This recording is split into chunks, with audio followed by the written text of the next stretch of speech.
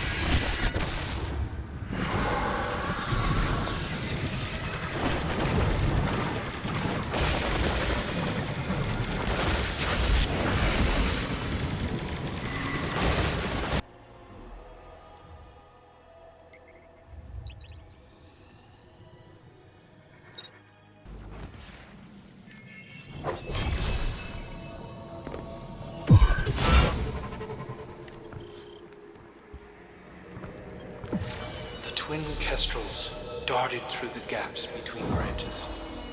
The leaves formed verdant pathways. Predictably, Riga first, with Agar close behind. In those pathways they traded secrets. Secrets Riga whispered to the flock, hoping to push them beyond the hollow, beyond the forest. Most nights, Riga and Agar sat beneath the stars to dream. Twin hearts sounding a duet of beats. Like ours, Mara. I still feel yours. Still distant. In this story, Agar fixated on the dark clouded pox that marred the night above the canopy. He pointed to the starry spaces between them and asked his sister to name them. Riga never spoke a word. She already knew all their names and didn't want to crush his spirit. How charitable. One night, Agar grew impatient of her silence and pointed to one of the dark spots as it roared with thunder. The storm is singing to us, said Agar. We should sing back to show it we are not afraid. Riga wove her voice with his, and the thunder resounded. She did not sing with him again after that night. Rare to see stars in the ascended plane. I wish we were doing this together. Why hide the scepter if it weren't a test? I understand you bear some knowledge of the Awoken, but our creation is still only myth to you, Warlock. Hear the truth. When the Awoken people came into being after the collapse, I was the first. As first, my chosen form defined what an Awoken could be. Thousands followed my example, willing themselves into existence within the distributary. Some, like Uldren, required help. His mind was like an unsteady fawn. No surprise he was unable to do it on his own. So I guided him, filled the gaps in his memory. I gave him a star to follow. He was bonded to me, and his devotion spiraled into pathetic recklessness. Even through death, he hasn't outgrown that dependency. I see it in him as he looks longingly to his ghost for answers. To you.